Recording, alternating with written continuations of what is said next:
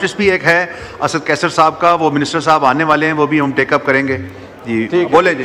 बस जनाब speaker, thank you जनाब स्पीकर। जनाब डिप्टी स्पीकर, मैं समझता हूं आज एक सैड डे है। द वे बिलावल साहब ने बोला, जो अज़ंदाज़ गुफ्तगू इस्तेमाल की, जो इशारे किए, जो लात हटाए, मैं समझता हूं ये किसी भी पार्टी के चेयरमैन के लिए एक डेथ है। He is politically dead. उसके पास इस कौम के लिए विजन नहीं है। वो शायद ऑक्सफोर्ड के जाली डिग्री से यहां पहुंचा है। अगर उसके पास विजन होता तो वो यूरोप अमेरिका से ये विजन लेके आता कि लीडर्स वो होते हैं जो सब कुछ अपने दिलों पे ले चुके होते हैं। जनाब स्पीकर, ये लाजिम है कि ये लाइन ड्रा की जाए कि ये पार्लियामान मजबूत है या कोई और मजबूत है। जनाब स्पीकर, आपकी अटेंशन चाहिए। जनाब डिप्टी स्पीकर, आप थोड़ा अटेंशन कर लें। जनाब स्पीकर, यहां हम बैठे हुए इस पार्लियामान में, आपको सिर्फ ये फैक्ट्स एंड फिगर्स आपके वेबसाइट पे बने हुए करा देता हूं। एक दिन का खर्चा 6.5 करोड़ रुपए आता है इस पार्लियामान का।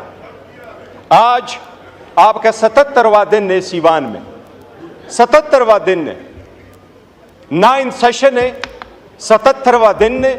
एक दिन का खर्चा 6.5 करोड़। लेकिन लेजिस्लेशन पे आपके वेबसाइट से मैंने फैक्ट्स निकाले हैं, 14 बिल पास हुए हैं, 115 मिनट की लेजिस्लेशन हुई है सीवान में, बाकी सारी गालम गलोच इनकी तरफ से इब्तिदा हुई।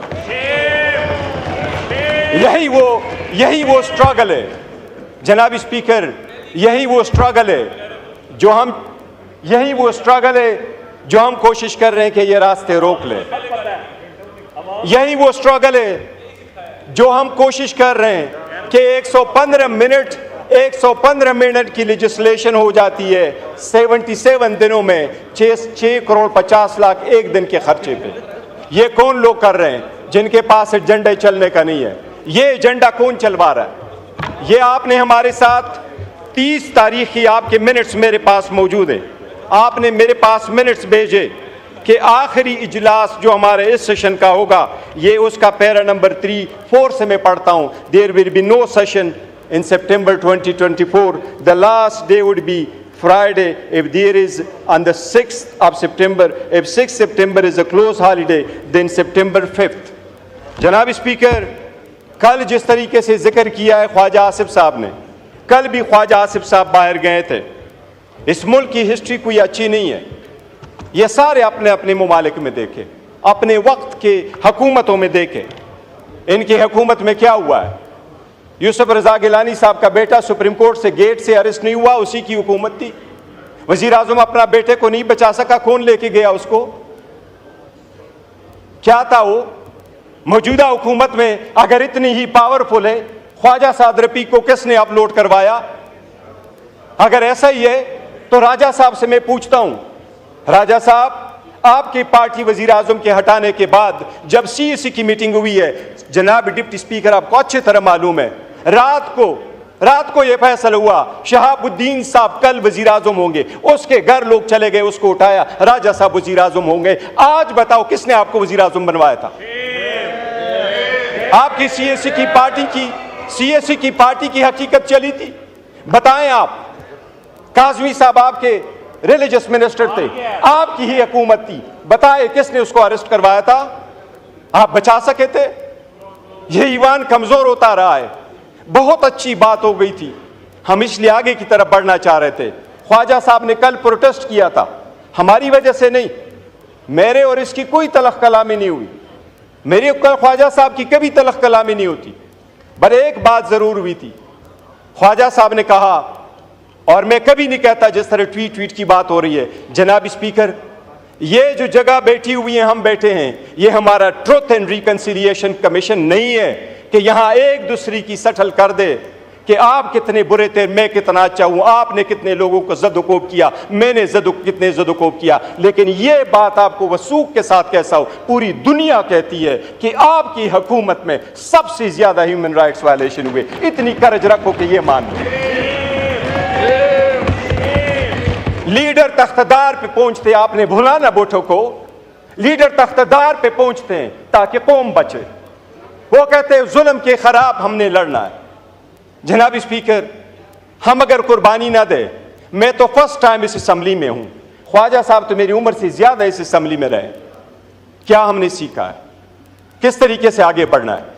ख्वाजा साहब को मैंने ये लफ्ज सिर्फ कहा, मैंने कहा ख्वाजा साहब इस कमेटी में हम बैठे हैं, ये तो हमारी एक प्रपोजल थी, ये प्रपोजल सबसे पहले तो आपके अपोजिशन लीडर ने बनाया है।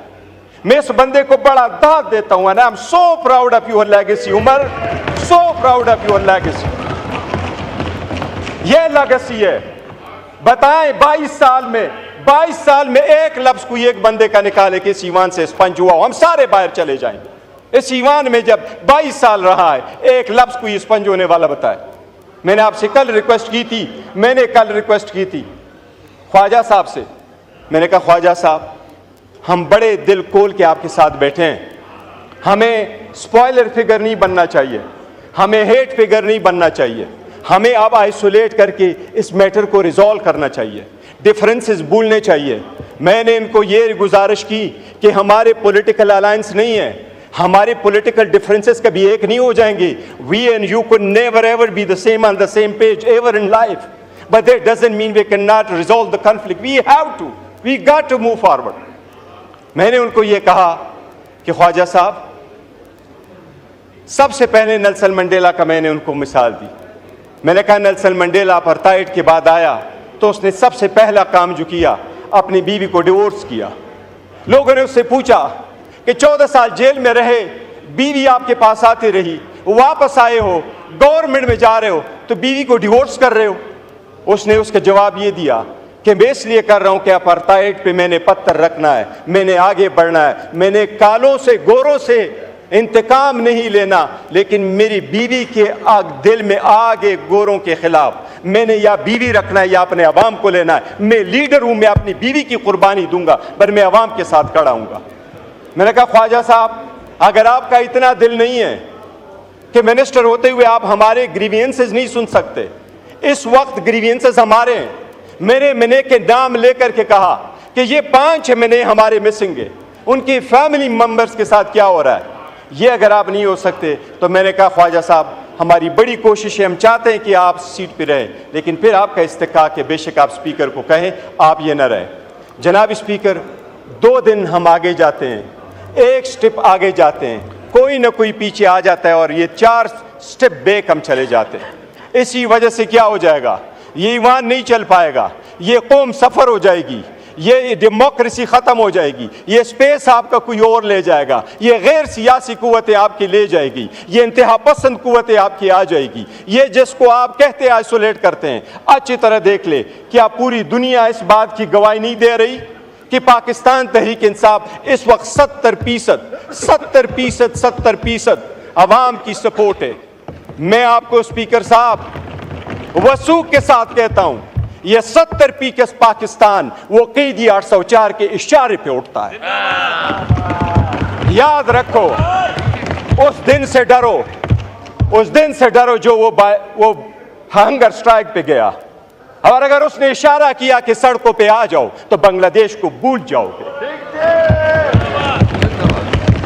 पर वही है और हम यही चाहते हैं कि माजी को भूल जाओ, पाकिस्तान को रवंडा नहीं बनाना, पाकिस्तान को नहीं रवंडा हमने बनाना, पाकिस्तान को बेहतर करना है। खुदा के लिए ये ईवान में बैठ करके ये जो हम पढ़ते हैं ना, ये आईन के ओथ जब उठाते हैं तो हम कहते हैं कि अपने पर्सनल इंटरेस्ट को हम सेक्रीफाइस करेंगे कौम की। ये पावर इख्तिदार आनी जानी चीज है, ये कौम की अमानत है। पावर आए तो इसका मतलब ये नहीं है कि हम लोगों को जेर करें, कभी ये कोशिश ना करें कि उनमें से कौन जीता कौन हारता है। हमारे हार और जीत में ये पार्लियामान हार जाएगा, हम उधर के उधर रह जाएंगे। जनाब deputy speaker, it is time है कि कॉमन सेंस प्रिवेल करे। अगर कोई केस कोर्ट में मौजूद है, मैं खान के किस किस केस को उठा दूँ? साइफर का उठाऊँ, इद्दत का उठाऊँ, तो शहाना का उठाऊँ, फिर आप लोगों का उठाऊँ। ख्वाजा साहब 2013 में सुप्रीम कोर्ट के ऑर्डर के मुताबिक आपके केस में 45,000 वोट बोगस नहीं थे। वो आपके वोट क्यों बोगस थे? मैं डिमांड नहीं करता। क्या हाई कोर्ट के 3 जजेस ने आपके खिलाफ एक कामे पे डिस्क्वालीफाई नहीं किया? क्या 2018 में आप खुद नहीं कहते कि मैंने फोन किया और मुझे जितवाया गया? 2024 आया। आज का आपके पास इलेक्शन कमीशन का वेरीफाइड लिस्ट नहीं है। ख्वाजा साहब, मेरी सबसे दरख्वास्त है, पहले मैं अपने फिर आपसे, अगर हमने यहाँ अपनी आवाम की नुमाइंदगी करनी है तो भूल जाए हम में से कौन अच्छा है। जिन्होंने पारसाई के दावे करने हैं वो अपने तरफ सारे दो करते। हमारे खानों में ये हम जो चाहते हैं बेहतर, हम ये चाहते हैं कि जो जनाब स्पीकर, आज मेरा एक अच्छा प्रोग्रेस हुआ है हमारी कमेटी में, एक अल्हम्दुलिल्लाह सब कमेटी बनी है। वो कमेटी में हम जाके प्रिविलेजेस और इम्यूनिटीज़ पे बात कर रहे हैं। मैंने सारी बातें की, मैंने उनको कहा स्पीकर साहब, मैंने ये जिक्र किया, कहा ये कि इम्यूनिटी के लिए रखो MPA MNAs के लिए कि 15 दिन पहले अरेस्ट नहीं होंगे, 15 दिन बाद अरेस्ट नहीं होंगे। मैंने कहा हमें VIP कल्चर नहीं चाहिए, हमें अरेस्ट करते जब चाहे अरेस्ट करें, हम VIP कल्चर नहीं चाहते। हम डिग्निटी और रिस्पेक्ट के लिए बैठे, VIP कल्चर के लिए नहीं बैठे। हमें स्पेशली ना खड़ा करो कि आपको VIP पास इशू, आप एयरपोर्ट में चले जाओ। हम क्यों में खड़े होंगे अमेरिकन की तरह? हम जाएंगे, ब्रिटिश की तरह हम सारे जाएंगे। जनाब स्पीकर, एक नई शुरुआत की ज़रूरत होगी अगर मुल्क को बचाना है। अगर हमने किसी थर्ड फोर्स को ये पावर नहीं देना तो एक स्टेप बैक भी जाना पड़े तो हमें जाना होगा। हमने करना अगर है तो मैं ख्वाजा साहब बस इनफ, हम चाहते यही है कि डिफरेंसेस रिजॉल्व करें। अगर एक दूसरे को ये दिखाएंगे कि किसका कितना रोल था तो हमरी कभी कभी लफ्ज़ इस्तेमाल नहीं करता वो हमाम का, लेकिन इसमें किसी की हालत अच्छी नहीं है। ये सबसे बड़ी कर्ज हो कि घर से इब्तिदा कर ले और अवाम के पास वो छोड़ दो कि वो क्या करे। इसका सारा फैसला जो है ना तारीख